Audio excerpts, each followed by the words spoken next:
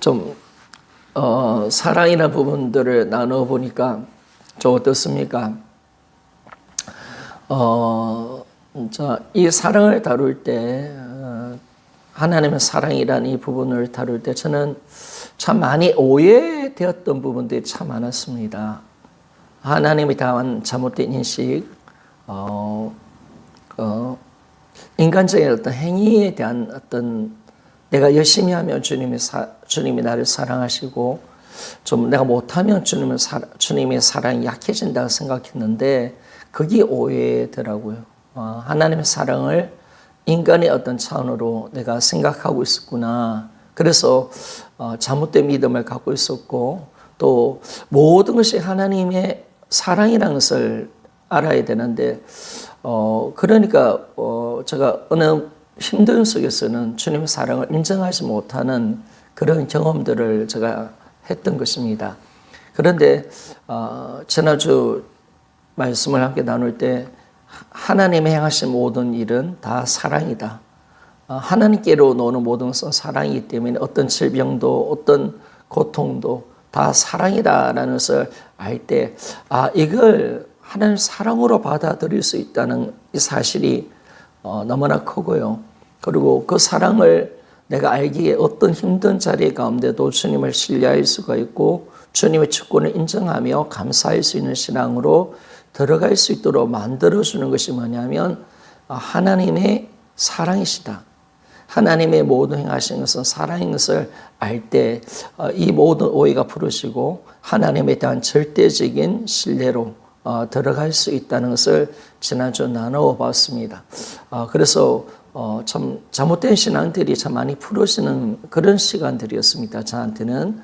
그리고 우리 성도들도 하나님에 대한 잘못된 오해들을 많이 벗어버리고 이제 바르게 주님이 정말 어떤 분이신가, 그 주님의 사랑이 어떤 사랑인가 정확하게 아니까 주님과의 온전한 관계 속에 들어가 그 사랑을 누릴 수 있는 신앙의 자리로 들어가고 그 사랑을 아니까 하나님에 대한 신뢰, 믿음이 온전해지는 것을 보게 되었습니다. 주님이 나를 사랑한다는 사실을 내가 정확하게 알아야 그 사랑이 변하지 않고 영원한 사랑이라는 것을 우리가 알 때 우리 믿음이 온전해질 수가 있잖아요. 그분을 신뢰할 수가 있잖아요. 그러니까 이게 사랑이 나중에 보니까 믿음과 연결이 되더라고요. 그래서 갈라디아서 5장 4장의 말씀에는 사랑에서 노는 믿음뿐이다라고 말했던 것처럼 믿음이 어디서 노느냐라고 했을 때 사랑에서 노는 것입니다.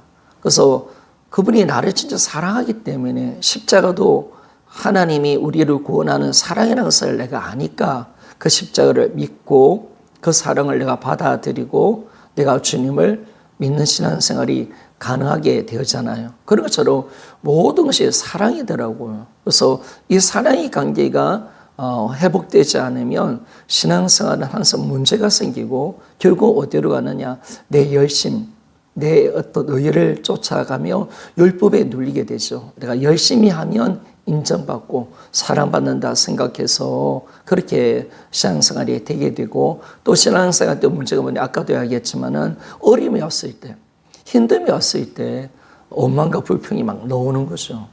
하나님의 그 모든 것이 사랑이라는 사실을 인정하지 않으니까 힘들 때 우리 신앙이 무너져 버리는 그런 모습들을 우리가 보잖아요. 좋을 때는 내가 감사할 수가 있고 좋을 때는 주님의 사랑을 느끼지만은 힘든 고난 속에 또 질병 속에 내가 무너지는 모습들을 우리가 바라보고 감사보다는 원망이 오게 되는 그런 잘못된 신앙을 우리가 가지게 되는 거죠. 그런데 이 모든 것이 사랑이라는 것을 아니까 그 자리 속에 그 고통 속에서도 질병 속에서도 주님의 사랑을 누리는 자리로 우리가 들어갈 수 있게 되는 거죠.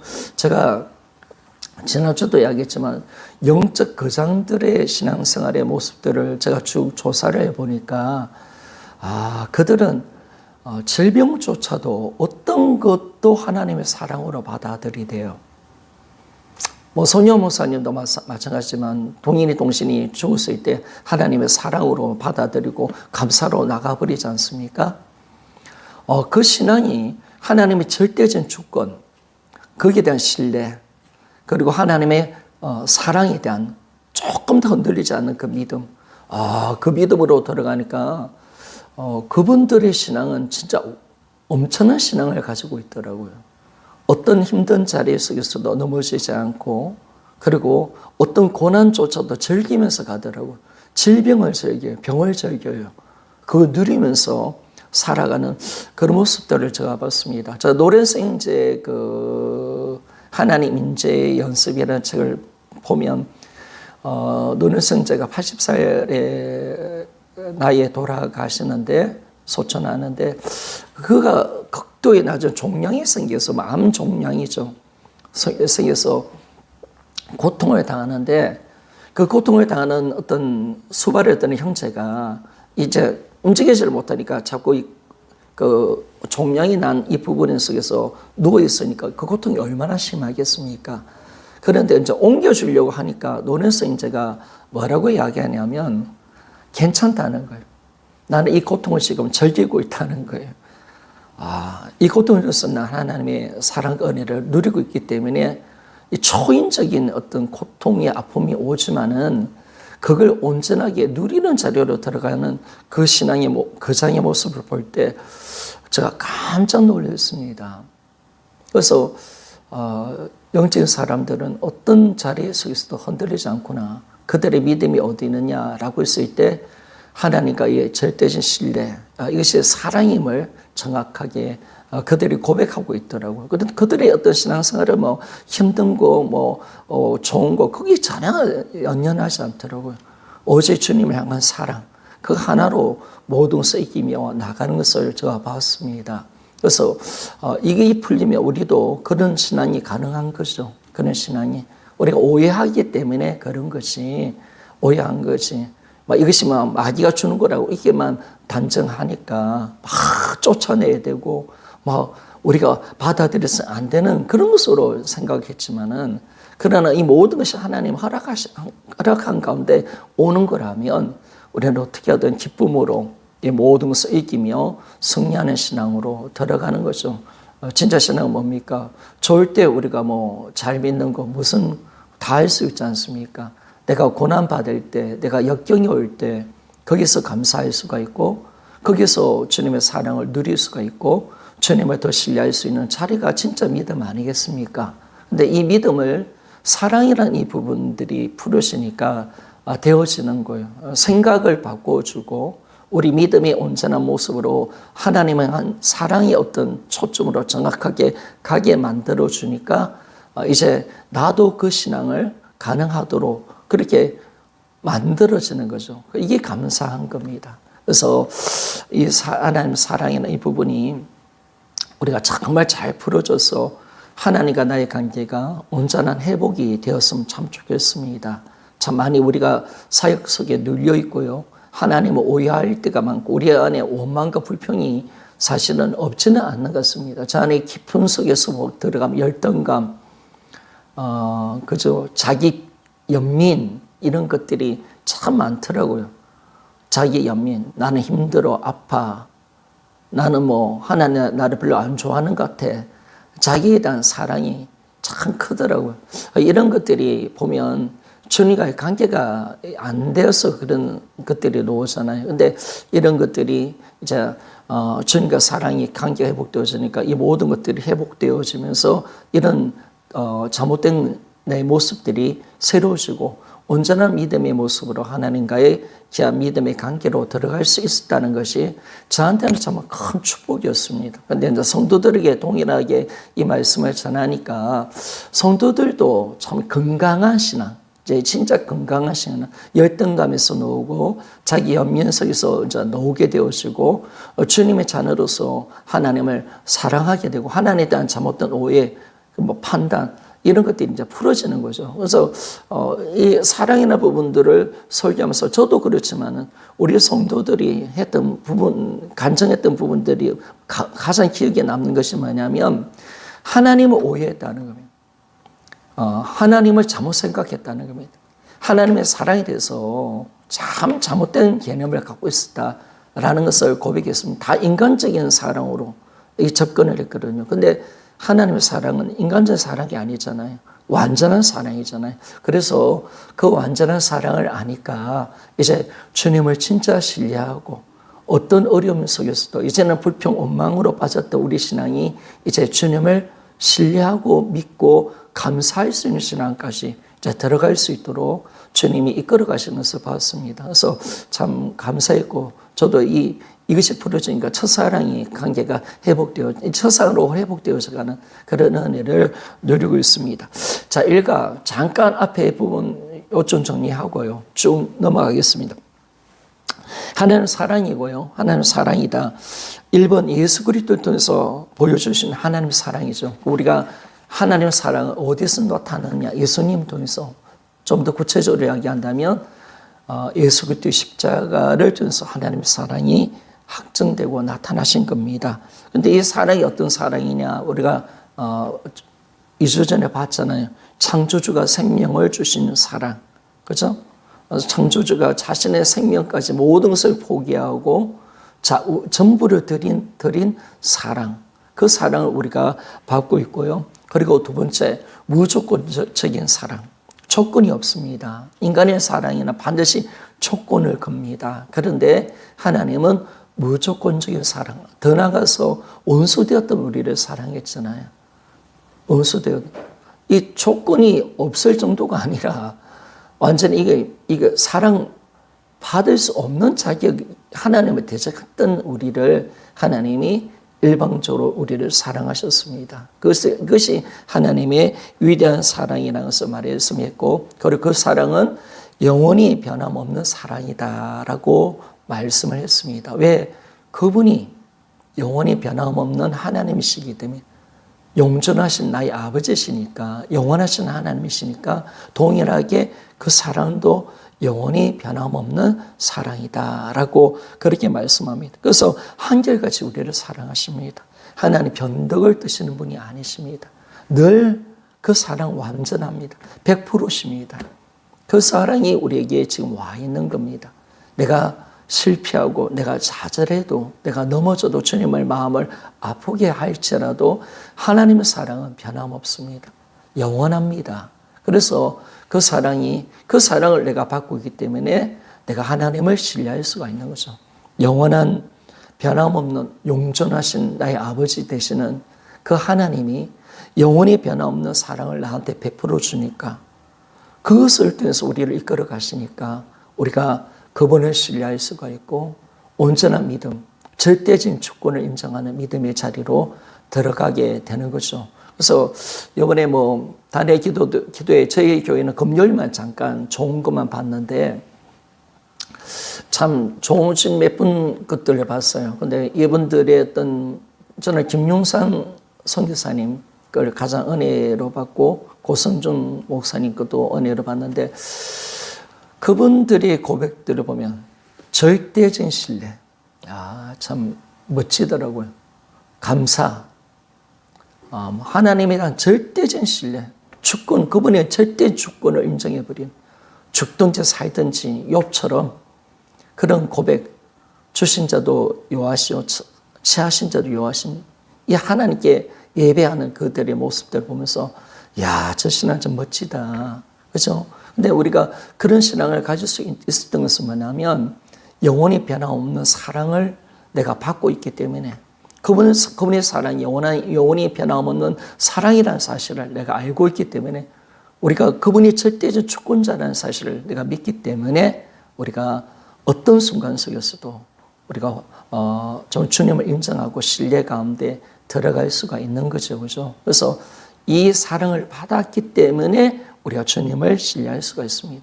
이 사랑을 알기 때문에 들어갈 수가 있는 거지, 우리가 그냥 믿는다. 그 믿음은 그렇게 생기는 건 아니죠. 그죠? 믿음은 절대로 하나님을 알고 그분의 사랑을 받아봐야 우리는 온전한 믿음으로 들어가지. 그러나 믿어라, 기도해서만 믿어라. 여러분, 이걸로 되는 건 아니잖아요. 인격적인 관계가 되어져야 되고, 십자의 사랑 앞에 우리가 들어가야 되고, 그 은혜와 사랑을 내가 받아본 자는 하나님을 사랑할 수가 있고 신뢰할 수가 있습니다. 그래서 우리는 온전한 믿음의 자리로 들어가는 겁니다. 자, 10페이지. 하나님은 사랑이신데요. 그 자체가 사랑이십니다. 이 부분을 지난주 참 제가 강력하게 주장을 했고 가장 중요한 부분이죠, 여러분. 하나님은 사랑이다. 그러니까 인격 전부가 사랑이십니다. 하나님은 사랑이시다라고 분명히 자신을 드러내셨습니다. 사랑이 전부다. 나는 완전한 사랑이야. 내 인격 자체가 사랑이야. 그렇다면 하나님께로 오는 모든 것은 사랑으로 시작되는 겁니다. 모든 사랑으로 이루어지는 겁니다. 시작과 과정과 결과가 다 사랑입니다. 하나님 행하신 모든 것은 사랑에서 시작되는 겁니다. 모든 것은 사랑으로 반로가 되어진다는 것을 우리가 정확하게 안다면요, 우리가 하나님께로 놓은 것 중에서 하나님의 말씀, 그 말씀, 그죠? 계명. 하나님께서 우리에게 힘든 어떤 계명도 주었잖아요. 산성수원. 그것조차도 하나님의 또 구약 율법이라든지 이런 말씀이라든지 모든 것을 딱 보면 하나님의 사랑이라는 것을 알게 되는 거죠. 그러니까 제가 하나님의 사랑으로 성경 말씀을 읽어보니까 이 말씀이 진짜 우리를 향한 하나님의 복된 말씀이구나. 진짜 우리를 사랑해서 이 말씀을 주었구나. 율법이 아니죠. 진짜 사랑의 메시지구나. 모든 것이 사랑이구나, 사랑. 우리가 잘 되기를 원하시는 하나님의 그 애절한 마음. 그것이 이제 성경에서 이제 보기 시작하는 거예요. 그것이 이제 깨달아지는 거예요. 그러니까 우리 성도들이 보면 구약을 읽어보면 무서운 하나님, 신약은 좋으신 하나님. 그런 또 부담스러운 말씀을 들을 때 읽기가 두려웠다는 거예요. 그런데 이 부분이 딱 열려지니까 어떤 심판과 징계조차도 하나님의 사랑이구나. 이걸 딱 아니까 성경을 정말 편안하게 읽을 수가 있고 오해하지 않고 그 하나님의 애절한 마음을 알고 성경의 깊은 은혜로 들어가게 된 것을 고백을 하더라고요. 그런 것처럼 우리가 오해하면 안 되잖아요. 구약은 무서운 하나님, 그죠? 심판, 정죄, 포로로 끌려가게 만들고 죽여버리고, 그죠? 이런 마음, 무서운 하나님, 그렇게 잘못 생각을 하고 있거든요. 그런데 신앙은 좋으신 하나님, 이게 갭이 있잖아요, 갭이. 그런데 구약과 신앙을 자세히 읽어보면 하나님은 사랑이라는 이 메시지로 이 온전한 주님의 그 인격을 인정하는 인격을 인정하는 믿음으로 하나님의 말씀을 탁 들어가 보니까 구약에 그렇게 심판하고 징계하는 그조차도 하나님의 사랑이구나. 하나님의 위대한 사랑이구나. 이게 이제 막 풀어지는 거죠. 그래서 성경 말씀 한 말씀 어떤 계명조차도 어떤 율법조차도 하나님의 위대한 사랑이구나. 우리를 향한 사랑이구나. 우리가 잘 되기를 원하시고 우리는 제 가운데 멸망받지 않기를 원하시는 그 하나님의 애절한 마음, 이게 이제 보기 시작하는 거예요. 그러니까 성경이 딱 열려버리는 거죠. 성경을 오해하지 않는 거죠. 하나님의 여러분, 제가 이렇게 믿는 사람이든지 아니면 교회를 다니다 시험 받은 사람들을 이렇게 만나보면요, 하나님에 대한 오해가 장난이 아닙니다, 여러분. 진짜 오해가 장난이 아닙니다. 저도 참 하나님에 대한 오해가 너무 컸고요. 하나님에 대한 하나님 인색하신 분이다. 하나님 무슨 분이시다. 하나님 자기밖에 모른다. 하나님 우리의 일을 힘들게 하신 분이다. 이런 오해들이요. 그리고 하나님은 우리에게 물질을 빼앗는 분이시다. 이런 오해들을 참 많이 갖고 있습니다, 여러분. 성도들이 참 많이 갖고 있습니다. 그런데 우리가 그렇게 율법적인 설교를 하다 보니까 사랑을 풀어내지 않고 율법을 지켜나니까 성도들 율법에 눌려버린 거예요. 그러니까 하나님 말씀 지키는 것이 힘든데 이게 죄니까, 그리고 또 지옥 간다니까 이러면서 이렇게 신앙생활을 하니까 자유도 기쁨도 평강도 없이 그냥 하나님에 대한 잘못된 오해로, 죄송합니다, 하나님의 잘못된 오해로 가득 차 있는 그들의 신앙을 우리가 볼 수 있습니다. 특별히 율법적인 설교를 많이 했던 교회들은 더 심합니다. 이런 성도들 한번 만져보십시오. 하나님에 얼마나 잘못된 오해를 갖고 있는지 장난 아닙니다. 저 자신도 그랬고요. 늘 이야기하지만은 그런데 이 짓이 정확하게 이제 가니까, 아, 이 하나님 사랑이구나, 이 사랑. 그런 모든 말씀도 다 사랑이래. 그 하나님의 마음을 이해하고 이 나의 부모님 되시는 그 나의 진정한 아버지가 되시는 이 하나님의 그 애탄 마음을 내가 느끼고 이 성경을 딱 읽어보니까 야, 이 성경이 다르게 해석되어져 버리는 거예요. 진짜 하나님에 대한 오해가 없어지는 거예요. 정말 나를 살리는 말씀이구나. 성경은 진짜 하나님의 사랑의 메시지구나. 사랑의 편지구나. 이런 고백을 우리가 할 수가 있는 거죠. 우리가 어떤 뭐 좋은 글들을 보면 성경은 사랑의 메시지다, 사랑의 편지다 말을 많이 듣는데 우리는 그렇게 안 느끼시잖아요. 그죠? 그런데 진짜 보니까 야, 하나님의 사랑의 메시지 진짜 사랑해서 그러니까 눈물이 나는 거죠. 정말 우리를 향한 이게 사랑해서 그분이 무엇이기에 이렇게 우리를 애타야 하시는가. 그래서 뭐 저는 조금만 그 마음을 알면 막 눈물이 납니다. 그죠? 그래서 하나님의 그 말씀조차도 그리고 불의의 사고, 애매한 고난, 불치병, 징계로 인한 죄로 인한 징계 등 이 모든 것이 우리를 사랑하기 위해서 허락하셨다라는 것을 알게 되었지만요. 우리가 결코 불평하지 않습니다. 하나님과 우리 관계는 절대로 무너지지 않고 도리어 그걸 통해서 고난을 통해서 우리가 더 깊은 은혜와 사랑의 자리로 들어갑니다. 더 깊은 사랑을 느끼게 되어지고요. 더 큰 은혜를 우리가 누리게 되는 거죠, 여러분. 거기에 이제 영적 거장들의 신앙의 모습이 있더라고요. 바른 신앙을 가진 사람들. 그러니까 하나님이 얼마나 우리를 사랑하느냐는 것을 알면요. 나에게 좋은 일이 일어나든 힘든 일이 일어나든 내가 건강하든 내가 뭐 아프든 내가 진짜 임재 속에 살아가는 그 신앙생활이 되어지면요. 그건 아무 의미가 없더라고 사실은.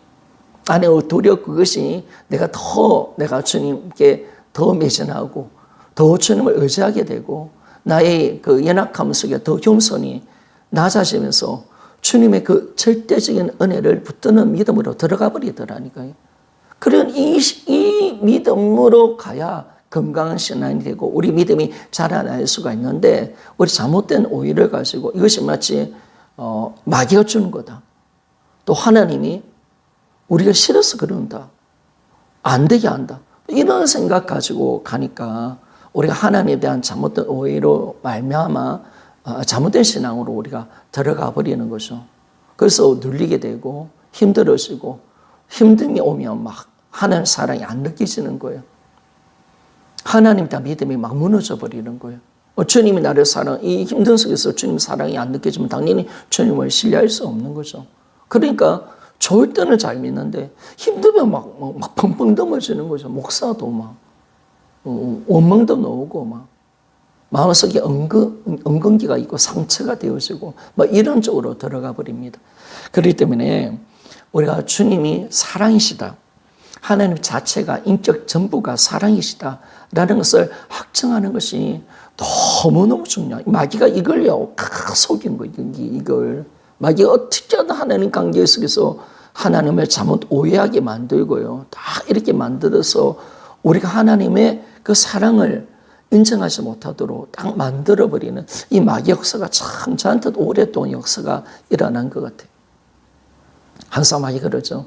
하나님 너 사랑한다고 네 사역 봐봐 사역. 아니 기도응답도 잘 안 해주잖아. 뭐 다른 사람들 잘할 되게 하는데 너는 안 되게 하잖아. 넌 별로 사랑받는 존재가 아니야. 하나님 별로 너 사랑하잖아. 너 1대자 1대. 야 2대 3대 봐. 잘 되잖아. 봐 다른 거야. 그 다른 거 너 우상 섬기는 집안이잖아. 막 이러면서요. 너 뭐 죄도 상관없잖아. 항상 저는 주님이 나를 사랑 별로 안 할 거야. 뭐 눌려서 있고 그 모습이 항상 내 모습이었습니다. 근데 마귀가 그걸 가지고 장난친 거죠. 사역을 가지고. 계속 그 부분들을 건드리면서. 그래서 우리가 정말 바른 믿음으로 들어가야 됩니다. 그래서 우리가 어떤 징계가 오고 고난이 오면 감사보다는요. 하나님의 사랑을 의심하게 되잖아요. 그러나 또 이 고난 쫓아가 저주고 마귀가 주는 것이다. 막 이런 쪽으로 따지잖아요. 근데 사실은 마귀 역사조차도 하나님 허락하셔야 되잖아요. 이게 모든 것을 하나님 허락 안 하면 여러분 일어날 수는 없잖아요. 아무리 마귀도 하나님을 손 안에서 노는 거잖아요. 다 하나님 허락하여서 일어나는 사건 아닙니까? 그럼 그 모든 것들이 하나님은 그런 허락하시고 허용하신 모든 영역 속에서 허락한 모든 부분들은 하나님의 사랑으로 모든 것을 하신다고 그렇게 한다면 우리가 정말 어떤 순간 속에서도 그 사랑을 의심하지 않고 우리가 믿음으로 담대함으로 우리가 살아갈 수가 있는 것입니다. 그래서 징계조차도 그죠?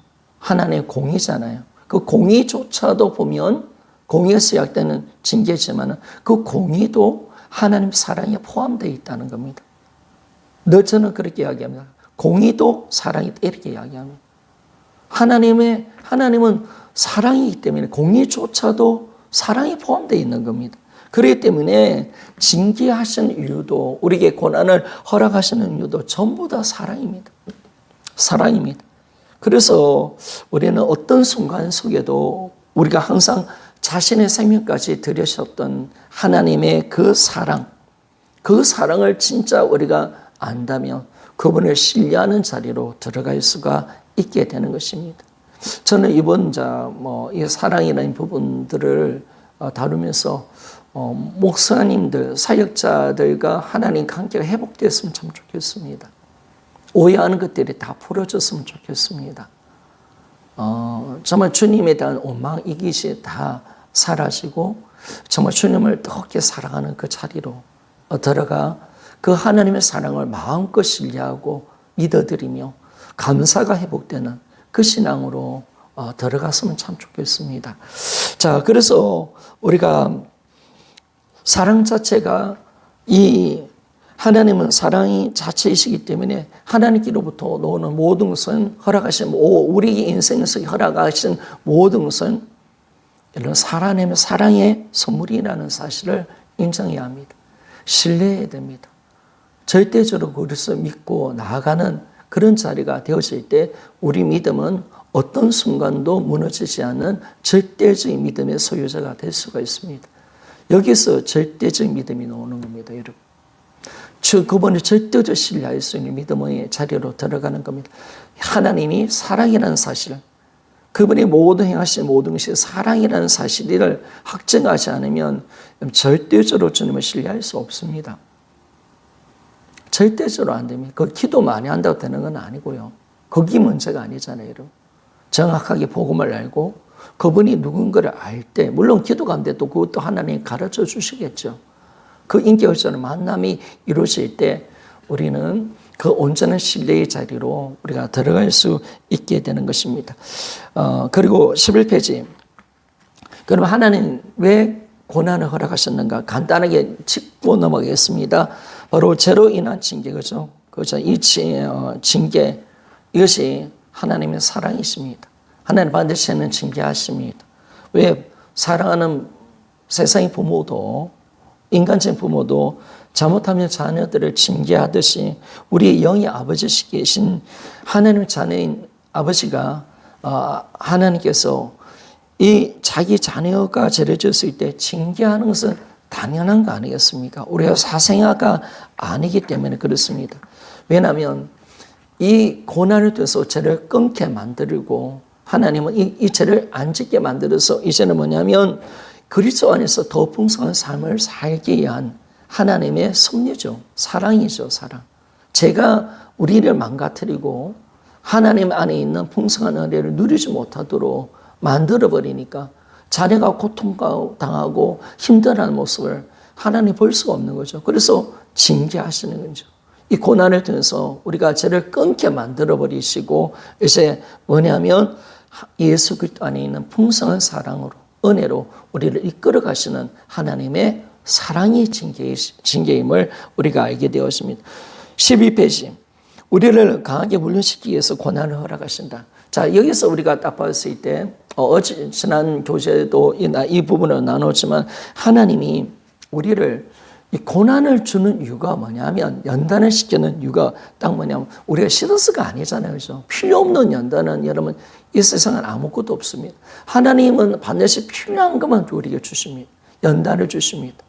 우리 하나님의 관심은요, 우리가 뭐 잘 먹고 뭐 잘 살고 이런 게 아니죠. 그죠? 뭐 큰 교회하고 이게 아니라 우리의 신앙에 관심이 있습니다. 우리가 얼마나 성화되어 가는가.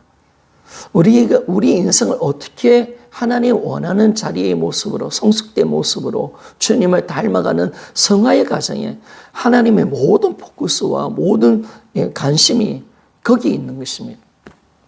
그래서 하나님은 이제 강야로 우리를 이끌어 가시고 계속 하나님께서 연단시켜 가시는 거죠. 그런데 하나님이 연단시키는 이 부분 속에 딱 보니까 우리의 어떤 삶 속에 보면 세상이 형성되어 있는 그런 가치관이 있고 내 생각대로 살려가는 고집이 있어요. 아집이 있어요. 내가 예수를 믿어도. 그런데 이렇게 가면 세상의 가치관을 가지고 내 생각대로 가면 반드시 우리는 마귀의 종노릇 하게 되어 있습니다. 세상의 어둠 속에 속한 자가 될 수밖에 없는 거죠, 여러분. 하나님의 대적하는 자가 되어버리는 겁니다. 그렇기 때문에 이 마귀의 종료되고 공간 삶을 사니까 하나님은 이 고난을 통해서 뭘 가르쳐주냐? 진짜가 뭐냐? 하나님의 말씀만이 진짜다. 그 말씀대로 사는 것이 내가 사는 길이다. 이걸 보여주는 거죠. 그래서 강야 40년 이스라엘 백성들이 출애굽시키고 난데 강야 40년 동안 내내 했던 것이 이거잖아요. 내내 했던 것이. 너희들 생각, 가치관으로 살면 죽는다. 오직 하나님의 말씀이 진리고 그리고 이 말씀대로 살아가야 순종해야 너희들이 복을 받는다. 이걸 내내 40년 동안 가르쳐 준 것이죠. 그러면 이 강야 생활이 우리를 연단하는 하나님의 뜻 아닙니까? 이 뜻인데 마찬가지입니다. 하나님 우리에게 고난을 주신 그 이유는 딱 목적은 뭐냐면 이 세상에 형성되어 있는 자신의 생각을 포기하고 하나님 말씀대로 순종하는 사람. 그래서 끊임없이 설득시키고 이해하게 만들어가고 끊임없이 우리에게 만나를 먹이시는 거죠. 야, 이거 말씀대로 살아야 돼. 말씀에 지키는 것이 너희들 사는 길이야. 이거 계속 반복시켜줍니다. 끊임없이 가르쳐줍니다. 그런 사건을 만나고 고난을 만나서 끊임없이 그걸 깨닫게 해줍니다. 그래서 우리를 어떻게 하냐면 하나님의 말씀대로 사는 순종하는 사람으로 만들기 위한 것이 하나님의 고난의 진정한 목적입니다. 이 구약에서 보여주는 메시지 아닙니까? 그래서 우리는 이 훈련을 받을 때 성실하게 우리가 이 훈련을 받아야 됩니다. 자, 14페이지 넘어가겠습니다. 첫 번째 달려에 보면 이런 말이 있습니다. 이 외에도 애매한 고난, 의를 위한 고난, 복음을 전가함으로 오는 고난, 하나님의 영광을 위한 고난 등이 있다.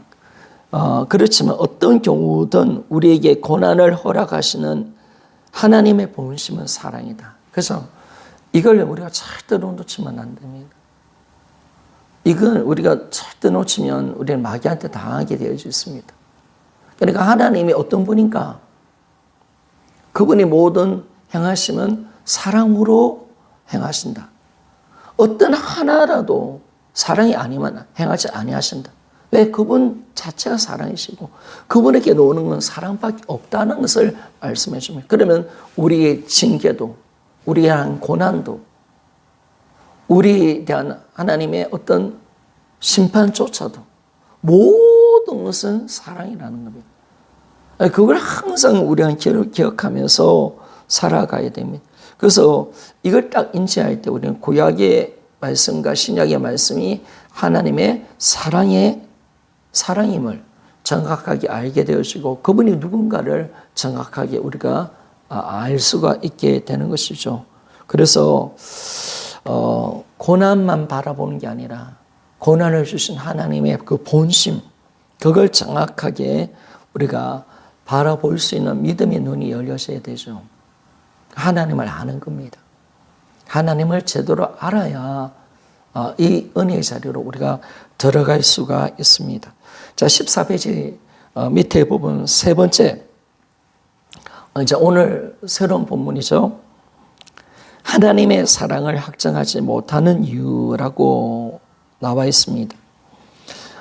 쭉 읽어가면서 강의를 하도록 하겠습니다. 하나님께서는 예수 그리스도를 통해서 우리를 얼마나 사랑하시는지를 확증시켜 주셨다.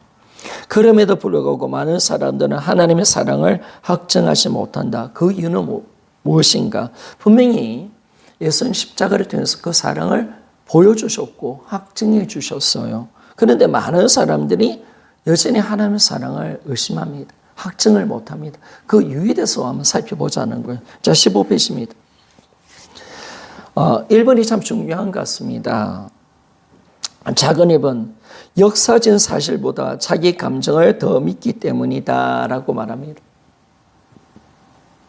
역사적인 사실보다 자기 감정을 더 믿는 사람은 하나님의 사랑에 대해 감격하고 눈물을 많이 흘려야만 하나님의 사랑을 확증했다고 생각하며, 그렇지 않을 때는 그분의 사랑을 확증하지 못했다고 생각한다. 이것은 하나님의 사랑을 하나님께서 보여주신 증거가 아닌 수시로 변하는 자기 감정에서 찾으려고 하기 때문이다 라고 말합니다. 우리가 실수하는 것은 뭐냐면, 하나님의 사랑을 역사적 사실인 2000년 전에 나타나신 우리를 위해서 십자가에 죽으신 예수 그리스도의 십자가의 사건을 통해서 하나님의 사랑을 확증해 가야 되는데, 자꾸 우리는 뭐냐면 하나님의 사랑을 자기 감정에 치우칩니다. 그 사랑을 뭔가 느끼게 된다는 거예요. 그 느끼면 하나님 사랑이 나를 사랑하는 것 같고, 느끼지 않으면 하나님이 나를 별로 사랑하지 않는 것처럼 그런 감정에 치우치며 나가는 거죠. 그렇게 되면 우리가 하나님의 사랑을 확증할 수 없습니다. 감정은 변덕을 떠는 그런 기능이잖아요.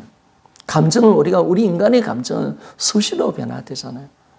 그렇기 때문에 내가 하나님의 사랑을 막 느꼈다. 여기에 내 모든 감정을 내가 주시하고 이 감정을 통해서 주님의 사랑을 확증하면 우리가 확증이 될 수 없습니다.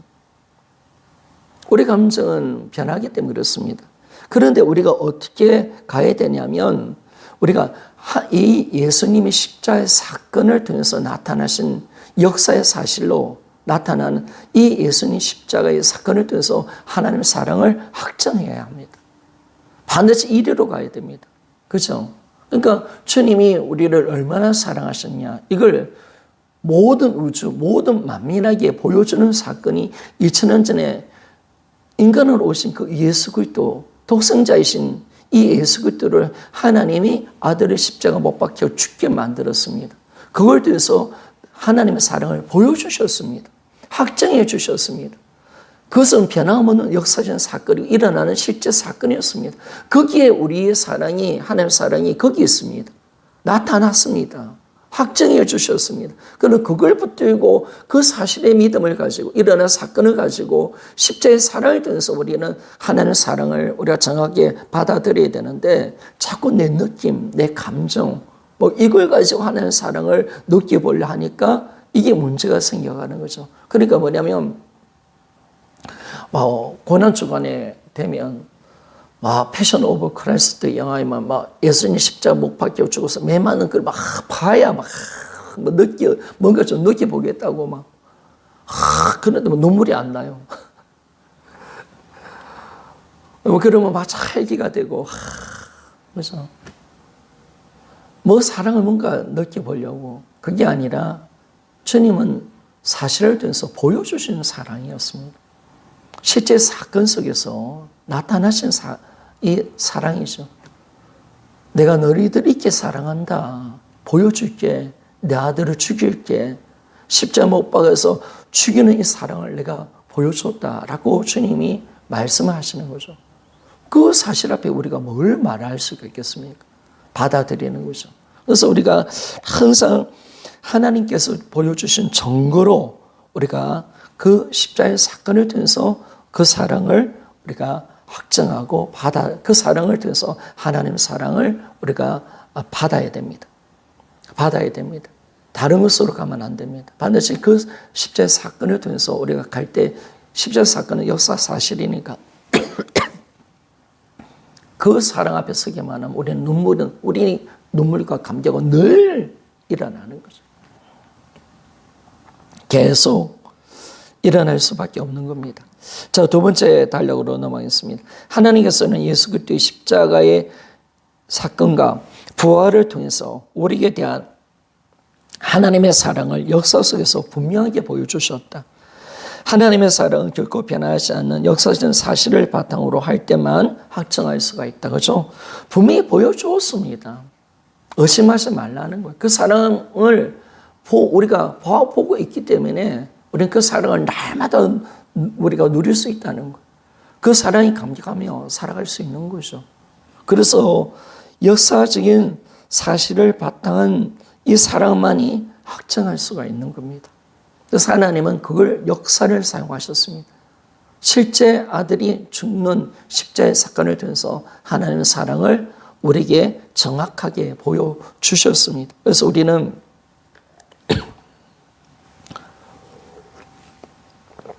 역사적 사건인 십자가를 통해서 하나님의 사랑을 확정을 할 수가 있습니다. 두 번째, 자신의 전적 부패를 알지 못하기 때문이다 라고 말했습니다. 많은 사람들이 자신이 죄인이라는 것을 인정하지만 정적으로 부패하여 죽을 수밖에 없는 죄인이라는 사실을 인정하지 않는다. 왜냐하면 죄의 기준이 하나님의 말씀이 아니라 마귀가 지배하는 이 세상에서 형성된 세상의 가치관이 있기 때문이다.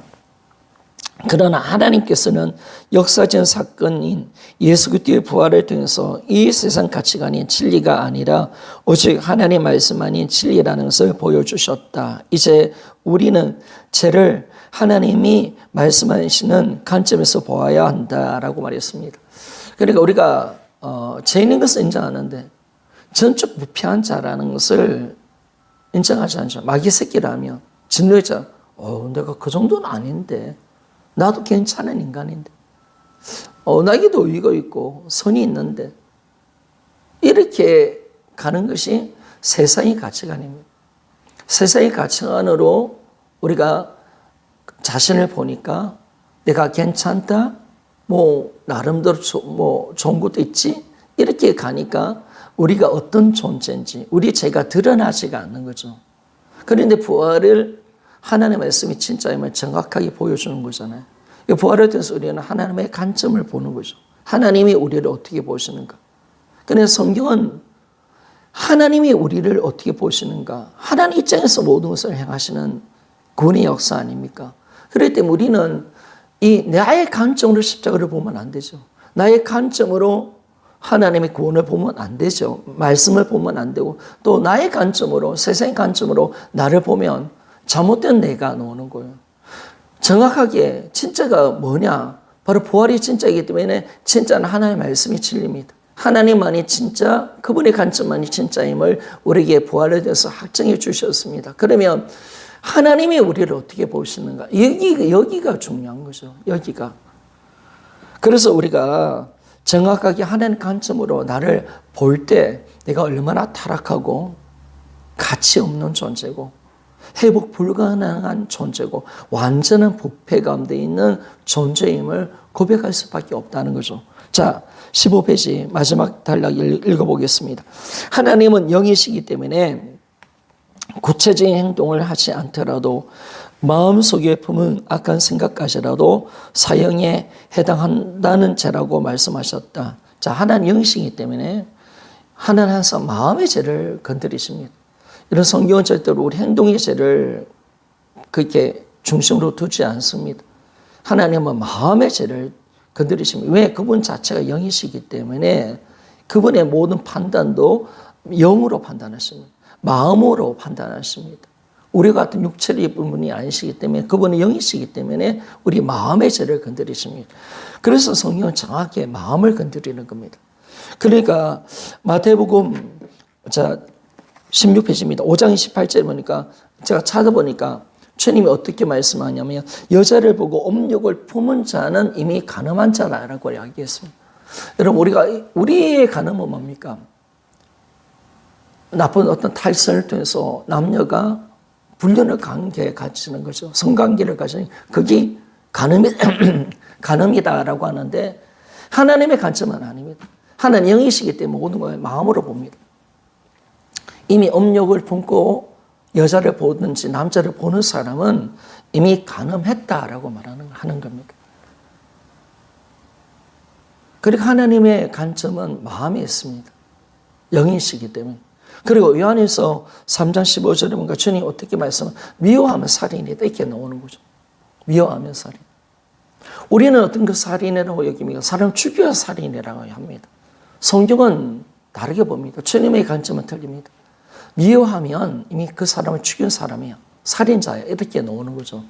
그러니까 이 제 관점이 하나님 관점으로 봐야죠. 하나님은 뭘로 죄로 여기시는가? 우리 마음의 죄까지 다 보고 계시는구나. 그러니까 예수님이 바리새인들을 막 공격했던 이유가 뭐냐면 바리새인들을 책망했던 이유가 뭐예요? 자기들 온갖 심령성에 더러운 거 업력과 물질의 탐욕과 지하를 가득 차여 있으면서도 외식적으로 행동 속에서는 그렇게 안 하니까 마치 거룩한 것처럼 칭찬받고 인정받는 그 모습을 보면서 예수님이 독사의 자식들아 멸망의 새끼들아 라고 하지 않았습니까? 해체란 무덤들아 라고 하지 않았습니까? 그러니까 정확하게 가는 거죠. 이 땅에 오신 예수님이 뭘 죄로 여기셨는가? 마음의 죄. 하나님 보시는 죄는 마음의 죄다 라는 것을 정확하게 아는 겁니다. 16페이지 첫 번째 맨 위에 첫 번째 줄입니다. 또한 모든 계명 중 하나만 어겨도 전부를 어기는 것이라고 하신다. 주님은 또 보니까 야 너희들이 아무리 100% 뭐 90% 의를 가지고 있더라도 하나를 어기면 너는 죄인이야. 너는 심판을 면할 수 없는 자야. 라고 그렇게 말을 하는 거죠. 그죠? 그러니까 제 개념이 다른 거예요, 여러분. 죄인의 개념이 다르다는 죄인은. 제 개념뿐만 아니라 우리는 뭐 어렵지? 근데 주님은 안 그래요. 그분은 완전한 거룩하신 분이시기 때문에 우리가 하나라도 죄를 지으면 너는 죄인이야. 너는 멸망의 자녀야. 그렇게 주님 판단하시고 심판해버리시는다는 거예요. 그리고 율법으로서는 의가 넣을 수 없는 거죠. 그러니까 바리새인들이 하나님 앞에 가장 악랄한 짓을 했던 것이 그겁니다. 율법으로 어렵게 된다고 주장하니까 하나님은 아니라고 주장하는데 그것이 이룰 수 없다고 주님 말씀하는데 그래서 예수님 보내주셔서 그분을 믿을 때 내가 너희들을 어렵다고 챙겨주겠다라고 하는데도 그 예수 그리스도를 죽여버리잖아요. 왜 죽였느냐? 우리는 율법으로 어렵게 된다고 생각한 거죠. 네가 없어도 당신이 없어도 우리는 의에 이를 수가 있고 구원받을 수 있다고 자본 사람들이 바리새인들 아닙니까? 유대인들 아닙니까? 그리고 그것 때문에 넘어서 십장에 버림받았잖아요. 자기가 어렵게 된다는 그 생각 때문에 그들은 복음을 잡지 못하고 하나님께 버림받게 되는 그런 일들이 일어난 겁니다. 교만한 거죠. 그래서 하나님 관점과 우리가 다른 거죠, 여러분. 우리가 어떻게 어렵게 됩니까? 그러니까 주님은 한 가지 계명을 어기도 너희는 죄인이야 라고 그렇게 판단을 하고 계십니다. 그래서 왜 그러냐면 하나님은 어둠이 조금도 없으신 완전한 거룩한 분이기 때문에 하나님 관점으로 죄는 우리 관점으로 보면 안 돼요. 세상의 어떤 기준으로 보는 거 아니에요. 죄는 하나님 앞에서의 죄예요. 우리 인간의 모든 죄는 하나님 앞에서의 죄입니다. 하나님 관계 속에서 있는 죄죠. 그리고 이 죄를 인간과 인간의 죄가 아니에요. 여러분. 세상의 관계 속에서 짓는 죄가 아니에요. 죄는 반드시 하나님 앞에서 행하는 것이에요. 하나님은 그 죄를 심판하겠다는 거예요. 그 죄는 나를 무시하는 행동이었다는 거예요. 너희들이 짓는 죄는 다 나를 향한 죄다는 것을 주님이 정확하게 말씀하시는 거죠, 여러분. 그래서 주님은 심판자로 재판장으로 우리 죄를 정죄할 수밖에 없고 판단할 수밖에 없는 분이십니다. 거룩하신 분이시니까. 그러니까 우리가 정확하게 노마스가 어떤 말씀을 어떤 의의를 주장하는지 이 노마스가 이걸 죄를 다루잖아요. 하나님이 어떻게 죄를 다루시는지 어떤 관점으로 보시는지 우리 죄가 하나님께 어떤 관계 속에서 이 죄가 판단되어지는지를 정확하게 노마스가 정확하게 보여주고 있습니다. 그래서 우리는 하나님 관점으로 죄를 봐야 합니다. 자, 두 번째 단락으로 봅시다. 우리는 하나님을 마음에 두기 싫어함으로 내 뜻대로 살기를 선택하였으며, 로마서 1장 28절 32절, 그죠? 마음에 하나님 두기를 싫어하고 우리는 하나님을 버린 존재입니다. 그리고 내가 주인 되어서 내 마음대로 살았던 존재가 납니다. 그게 바로 우리라는 겁니다. 성경이 정확하게 이걸 이야기해주고 있다는 거예요. 그러니까 정확하게 우리가 왜 이걸 안 받아들이냐, 다 나의 관점 속에 들어와서 그런 거예요.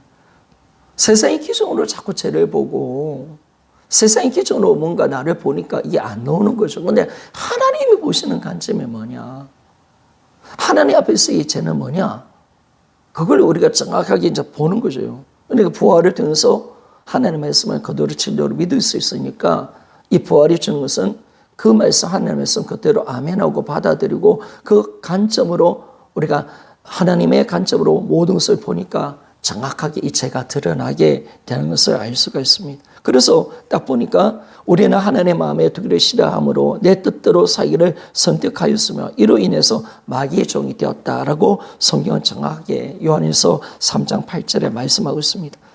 자, 세 번째 줄. 이것은 우리 모든 마음과 생각이 열린 무덤과 같이 하나도 선한 것이 없고 전적으로 부패되었다는 뜻이다. 로마서 3장 10절에서 18절. 이 부분이 잘 다루고 있잖아요. 그죠? 우리 마음과 생각이 열린 무덤, 죄악으로 막 열려서 노는 것은 썩은 십체 같은 더러운 것만 가득 차 있다는 우리 인간이. 노는 것마다 다 죄라는 거예요. 그래서 선한 것은 하나도 없다. 하나님의 관점입니다. 바울은 그것을 그대로 적고 있는 거죠. 전적으로 부패한 존재다. 선을 행할 수 있는 능력을 완전 상실한 존재가 우리다. 라는 것을 정확하게 말씀해 주고 있습니다. 그래서 우리는 이렇게, 근데 우리가 뭐 인간적으로, 내가 뭐 그래 선을 해, 나도 어려운 게 있잖아. 이게 접근하면 안 된다는 거죠. 인간에게도 휴머니즘 있잖아. 뭐 할리우드 영화도 보면 휴머니즘 많이 인간적인 어떤 사랑, 우정, 선을 막 드러내잖아요. 그런 관점으로 보면 안 된다는 거죠, 여러분. 우리가 뭐 동성애 안에서도 사랑이 있잖아요. 아름다운 것도 있잖아요. 인간적으로 보면. 그런 관점으로 보면 안 된다는 거죠. 그러니까 이게 막 세상 사람들은 통하는 거죠. 세상 사람들은. 와, 동성애 사람에도 사랑이 있고 행복이 있고 아름다움이 있더라. 그래, 동성애를 해도 괜찮다. 이런데 하나님 관점은 아니라는 거예요. 이게 얼마나 악한 죄잖아. 너희들이 나를 버린 거야. 너희들 행하는 모든 것은 쓰레기야. 너희들은 마귀 새끼야. 라고 딱 너희들은 열린 무덤이야. 너희들은 완전 전적인 부패한 인간이야. 하나님 입장에서는 그렇게 딱 결론을 내려버린 거죠, 여러분. 그러니까 정확하게 가야 돼. 그러니까 왜 청년들이 이 교회를 떠나느냐. 다 이런 관점들이 돌아서 이런 관점들이.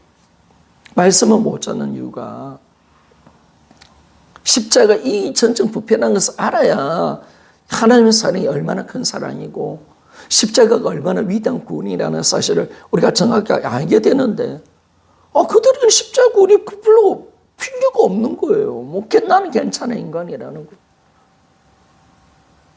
난 이 정도 괜찮은 인간인데 왜 하나님은 그렇게 말씀하는지 모르겠다면서 교회를 떠나버리는 청년들이 얼마나 많습니까? 왜? 세상의 기준, 세상의 가치관.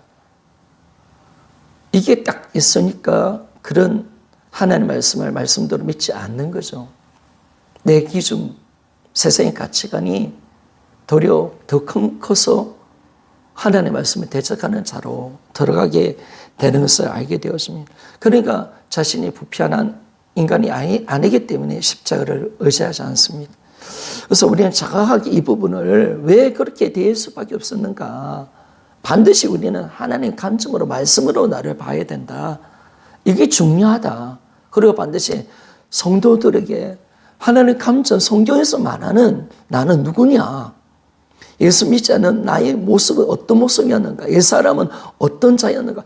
이걸 정확하게 때려줘야 됩니다.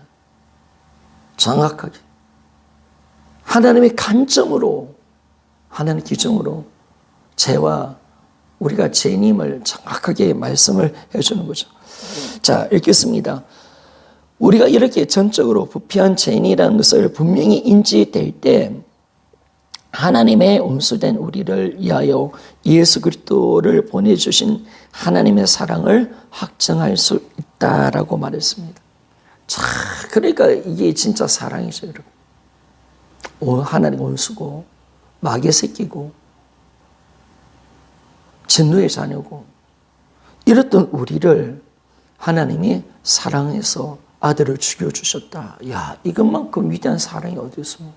그러니까 그 사랑 앞에 우리가 꼬꾸라지고 그 사랑을 십자가가 하나님의 진짜 사랑이구나 라는 것을 확정을 할 수가 있는 것입니다. 자, 에베소서 2장 2절에서 3절. 그때 너희가 그 가운데서 행하여 이 세상 풍속을 쫓고 공중의 근세에 잠은 자를 따랐으니 곧 지금 불성종의 아들들 가운데서 역사하는 영이라. 전에는 우리도 다 그 가운데서 우리 육체의 욕심을 따라 지내며 육체와 마음에 원하는 것을 하여 다른 일들과 같이 본질상 진노의 자녀이었더니. 성경은 인간이 어렵다라고 말하지 않습니다. 하나님을 떠난 인간은 멸망이고 진노의 자녀고 마귀를 쫓았던 존재였다. 온갖 쾌락과 육체의 종료로 살았던 그런 자였다.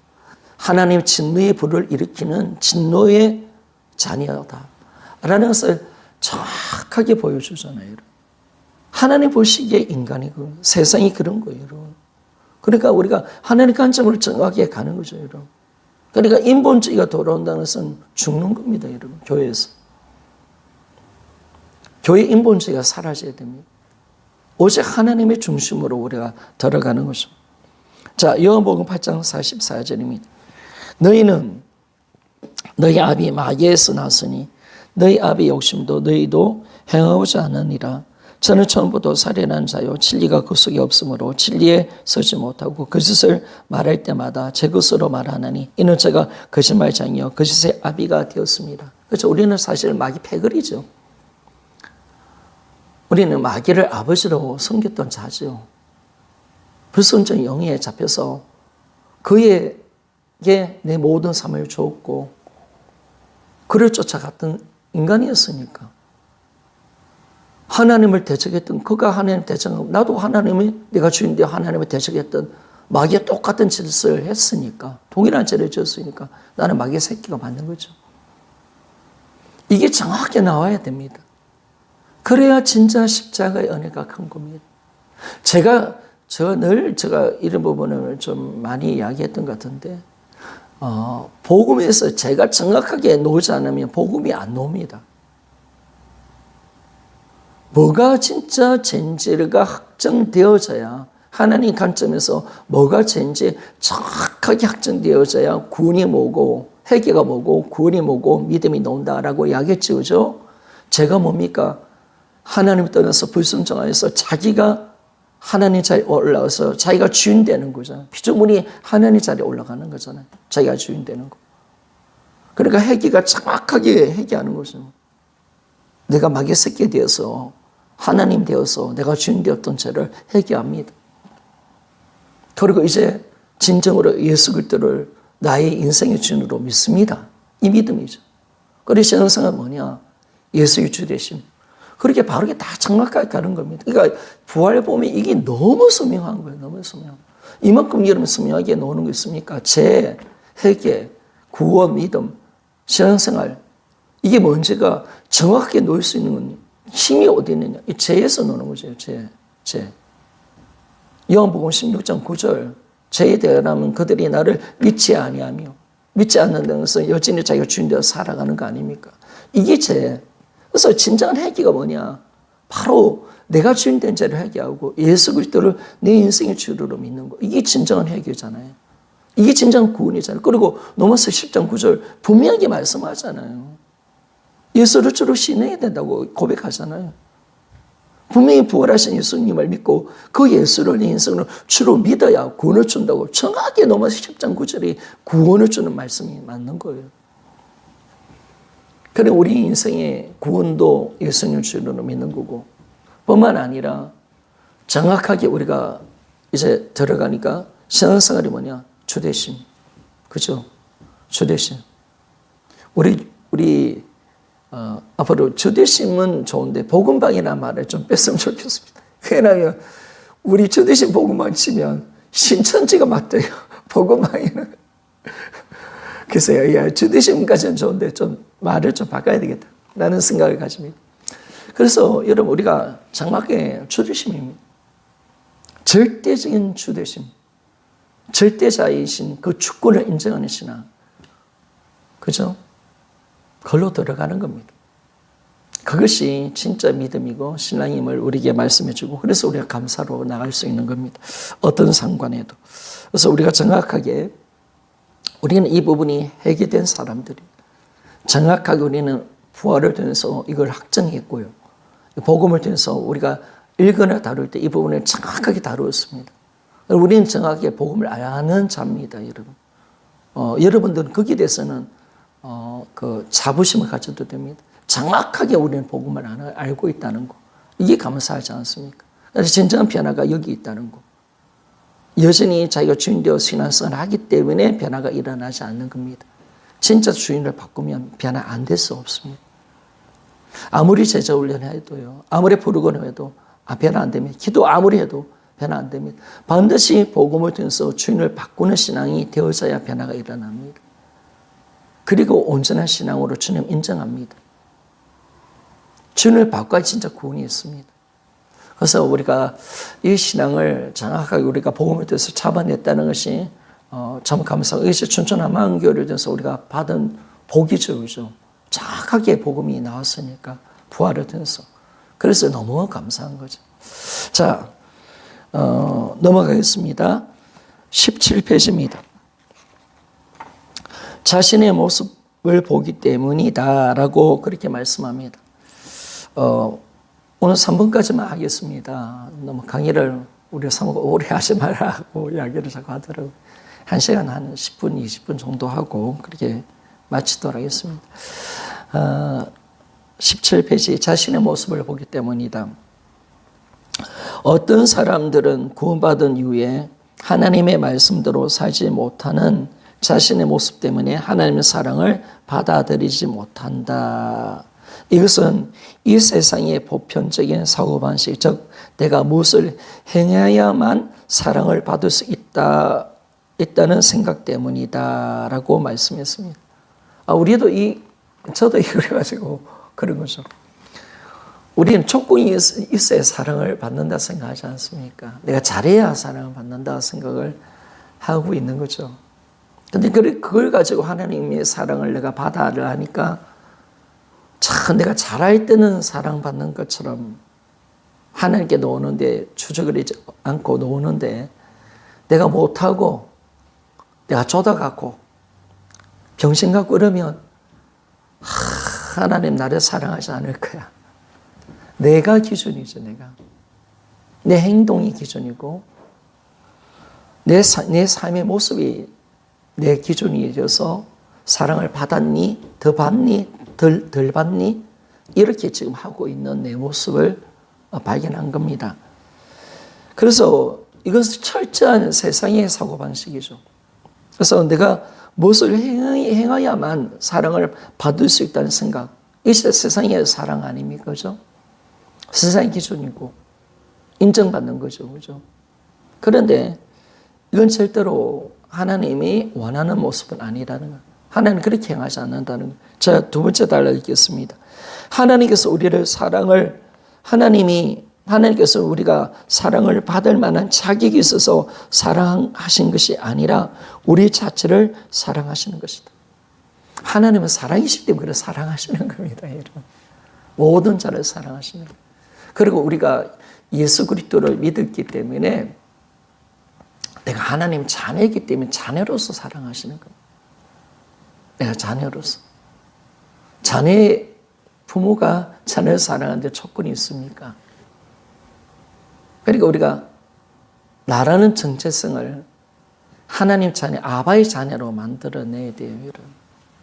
그게 아니면 우리 정체성이 다른 것으로 내가 돈이 있기 때문에, 내가 능력이 있기 때문에, 내가 큰 교회를 가지고 있기 때문에 내가 이것이 내 어떤 정체성으로 들어와 버리면 심각한 문제가 생깁니다. 내 어떤 행위가 들어오면 잘못된 내 모습이 만들어져 버립니다. 하나님 그것 때문에 사랑하는 게 아닙니다. 사역을 잘해서 못해서 사랑하고 덜 사랑하는 거 아닙니다. 내가 능력이 많고 내 외모도 아닙니다. 내가 가진 것도 아닙니다. 하나님은 사랑이시기 때문에 사랑하는 거고, 내가 예수님 그리스도 안에 들어왔기 때문에 이제 뭐냐면 내가 아바의 자녀가 되었고, 그분이 나의 아버지가 됐고 내 아빠이기 때문에 하나님은 나를 사랑하시는 겁니다. 그걸 정확하게 우리가 알아야 됩니다. 그래서 나의 정체성이 누구냐? 나는 하나님의 아버지의 사랑을, 하나님 아버지를 사랑을 받는 아바의 자녀. 이게 나의 정체성이 되어야 합니다. 그거 외에는 어떤 것도 들어오면 안 됩니다. 어떤 것도. 내 목사도 내 정체성이 되면 안 됩니다. 사역도 되면 안 됩니다, 여러분. 우리는 사역 가지고 자꾸 마귀가 장난치잖아요. 목사라는 직분 가지고 자꾸 장난칩니다. 목사라는 직분도 절대로 나의 정체성 돼서는 안 됩니다. 진짜 나의 정체성 오직 하나님의 사랑받는 자녀만 되어야 합니다. 그것 때문에 사랑하시는 겁니다. 내가 목사이기 때문에 더 사랑하고 나는 평신도로 가면 덜 사랑하고 그거 아닙니다. 오직 주님의 자녀이기 때문에 주님은 나를 사랑하는 것뿐입니다. 그래서 우리가 항상 이 부분이 잘 해결하셔야 돼요. 그래서 인간적으로 저도 인간적으로 쫙 들어오니까 하나님의 사랑을 오해하고 왜곡해버렸더라고요. 억울한 거죠. 마귀한테 당한 거죠. 오랫동안 마귀한테 많이 당했습니다. 그리고 열등감, 비하감, 눌림, 우울증, 짜증, 불평, 원망, 막 그런 것들이 내 마음속에 많이 일어났던 것 같습니다. 비교의식, 또 내가 비교당하고 내가 내보다 더 잘하는 뛰어난 분들이면 열등감, 내보다 좀 못하면 내가 또 교만하고 그들을 눌려버리고 무시하고 그런 짓을 참 제가 하고 있더라고요. 네, 그런 것 때문에 나의 정체성이 되었기 때문에 그렇습니다. 그러나 우리는 어떤 것도 나의 정체성이 되어서는 안 됩니다. 오직 예수 그리스도, 그분을 통해서 주어진 하나님의 자녀된 권세, 그것만이 나의 정체성이 되어져야 합니다. 그러니까 목사도 내 정체성이 되면 안 됩니다. 앞으로 여러분 우리가 젊을 때 누굽니까? 선한 유기성 목사님, 그분이 하는 소개를 들을 때 목사가 나의 정체성이 되면 목사가 그만둘 때 그러면 우리는 다 무너지게 된다라고 이야기하는 걸 봤습니다. 저는 그 말이 전적으로 동의합니다, 여러분. 목사하다가 목사를 그만두면 그러면 목사가 내 정체성이라면 목사 그만두면 어떻게 되면 다 무너져 버립니다. 저는 무너진 목사님도 너무 많이 봤습니다. 사역이 내 정체성이다. 다 무너져 버립니다. 사역 그만두면 다 무너져 버립니다. 여러분 앞으로 이제 나이가 드시면 어떻게 하시겠습니까? 은퇴하시면 어떻게 하시겠습니까? 그래 목사님들이 사역 그만두고 아마 다 무너져 버리더라고요. 이기면 전부인 줄 알고 이게 난데 잘못 정체성을 만들어낸 거죠, 여러분. 그런데 우리의 진정한 정체성은 거기 있는 게 아니라 아바의 자녀, 주님의 자녀고 내가 주님의 사랑받는 주님의 자녀고 주님과 함께한 임재가 내 정체성이 되어져야 되는데 이게 다른 사역으로 가고 엉뚱한 속으로 가버렸을 때 거기 만약에 없어지고 이제 그만두게 될 때 많은 분들이 다 무너져 버리더라니까, 여러분. 물론 목사님한테 근데 안 무너지는 목사님 본 적이 없어요. 너무 힘들어하고요. 우리 교회 오신 목사님도 마찬가지였어요. 그게 다 무너져 버리더라고요. 여러분, 우리 결코 그래서는 안 됩니다. 나의 전성성이 어디 있는지를 정확하게 알고 내가 왜 사랑받는지를 정확히 아는 거죠, 여러분. 그래서 하나님은 우리 자체를 사랑하십니다. 내 행위 때문에 사랑하는 것도 아니에요. 내가 잘해서도 아닙니다, 여러분. 내가 못나서 더 잘게 사랑하는 것도 아니면 그 자체를 사랑하십니다. 그분의 사랑이시고 내 아버지이기 때문에 그렇습니다. 자, 그래서 계속 읽겠습니다. 두 번째 줄은 하나님께서 우리가 사랑을 받으면 자기 있어서 사랑하는 것이 아니라 우리 자체를 사랑하시는 것이다. 하나님께서는 지금도 우리 행위와 상관없이 우리를 동일하게 사랑하신다. 동일하게 사랑하십니다. 행위에 관계없이 사랑하십니다. 영원한 사랑, 변함없는 사랑이라고 말씀을 드렸지 않습니까? 무조건적인 사랑. 아버지로서의 사랑. 그 사랑이기 때문에 그렇습니다. 그래서 부족함은 자신의 모습 때문에 하나님의 사랑을 하청할 수 없다는 생각은 하나님의 은혜를 피하는 것이고 예수 그리스도의 십자가를 욕되게 하는 것과 다름이 없다. 여러분 십자가에 어떤 차별이 있습니까? 십자가 구원 속에서 하나님은 그래 좀 똑똑한 인간만 구원받아. 못된 거는 구원받을 필요 없어. 그런 구원이 있습니까, 여러분? 그런 사랑이 있습니까? 하나님은 그렇게 해본 적이 없어요. 가난하든 못났든 죄인이든 어떤 정가를 갖고 있는 사람이든 누구든지 그 사랑은 동일한 겁니다. 나와서 구원받아라는 것. 그것이 하나님이 무조건적인 사랑이고 변함없는 하나님의 사랑임을 우리가 알잖아요. 근데 참 신기하게 구원을 그렇게 또 받아놓고 그 사랑은 구원도 사랑이잖아. 그걸 받아놓고 난 뒤에 보면 본래보다 못한 인간이라 해놓고 또 하나님과의 관계 속에 들어가 있다는 내 의를 가지고 접근하는 이 악랄한 중심이 우리 안에 있는 거죠. 그죠? 또 하나님의 사랑을 인간적으로 판단하고 생각해서 잘못된 하나님에 대한 오해를 가지고 우리가 이 하나님의 사랑을 누리지 못하는 어리석음을 우리 스스로 범하였다는 거죠. 마귀가 한테 속아서. 그래서 우리는 절대 속으면 안 됩니다. 그래서 나의 정체성을 어디에 두느냐 참 중요합니다. 나는 사랑받는 주님의 자녀입니다. 이것밖에 없습니다. 어떤 것도 들어오면 안 됩니다. 거기에 내 직분도 내가 했던 어떤 사역도 내가 교회가 크든 작든 그거 들어오면 안 됩니다. 내가 은사가 있든 그건 필요 없습니다. 내가 3대든 10대든 믿음에 대해 모태신앙이든 그게 들어오면 안 됩니다. 오직 난 아바의 자녀라는 그 정체성 하나 가지고 나가야 합니다. 로마서 4장 4절 6절 읽고 마치겠습니다. 일하는 자에게는 그 삭을 은혜로 여기지 아니하고 빚으로 여기거니와 이를 아니할지라도 경건치 아니하는 자를 어렵다 하신 이를 믿는 자에게는 그의 믿음을 의로 여기시나니 일할 것이 없이 하나님께 의로 여기심을 받는 사람의 행복에 대해서 다윗의 말한 바라고 말했습니다. 다윗은 그것을 알았어요. 자기가 불법 가운데 용서받는 것이 하나님의 은혜다. 그 은혜로 모든 것이 되어진다는 걸 알았습니다. 그러니까 하나님의 사랑은 은혜입니다, 여러분. 은혜로 주신 사랑입니다. 그 사랑을 우리가 받을 어떤 자격이 있어서 아니죠. 조건이 있어서 아니죠, 그죠? 그냥 하나님께서 주시는 일방적인 햇빛과 같은 은혜입니다. 그 사랑을, 은혜의 사랑을 받는 겁니다. 그것도 은혜입니다, 그죠? 사랑조차도 은혜입니다. 우리가 이걸 이제 딱 아니까 좀 오늘 강연하면서 좀 어떻습니까? 여러분이 막 이런 것들이 전혀 문제가 없고 목사님 말씀 다 아멘이 되고 나도 알고 있는데 하면 참 여러분들이 바르게 간 겁니다. 근데 저는 그렇지 못했다는 겁니다. 참 많이 오해하고 잘못된 관계 속에 들어갔고 인간적인 그 조건 가지고 하나님의 사랑을 얻어내려고 했고 인정받으려고 했던 그 모습들이 있었다는 겁니다. 근데 많은 사람들이 그 자리가 있기 때문에 하나님은 이 말씀을 통해서 사랑이라는 부분 속에서 정확하게 우리에게 말씀을 던져주는 거죠. 그래서 우리의 정체성이 어디에 있어야 되느냐. 하나님은 왜 우리를 사랑하시는가. 라는 걸 알 때 우리 자체를 사랑하십니다. 하나님의 사랑은 조금 더 약화되지 않습니다.